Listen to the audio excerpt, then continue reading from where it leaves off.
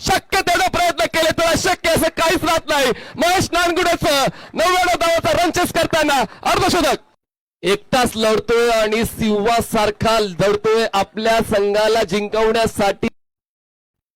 पुढे होता ball, pickup shot, cross बॅटने डीप स्क्वेअर लेग मध्ये पाठवलाय बॉल सीमारेषेच्या अगू टप्प्याचा होता. यावेळेला पहा कव्हर्स मध्ये काढलाय. अगू टप्प्याचा चेंडू पुन्हा कव्हर्स मध्येच खेळाय. क्षेत्ररक्षक आहे पण तो चेंडू ड्राईव्ह केलंय.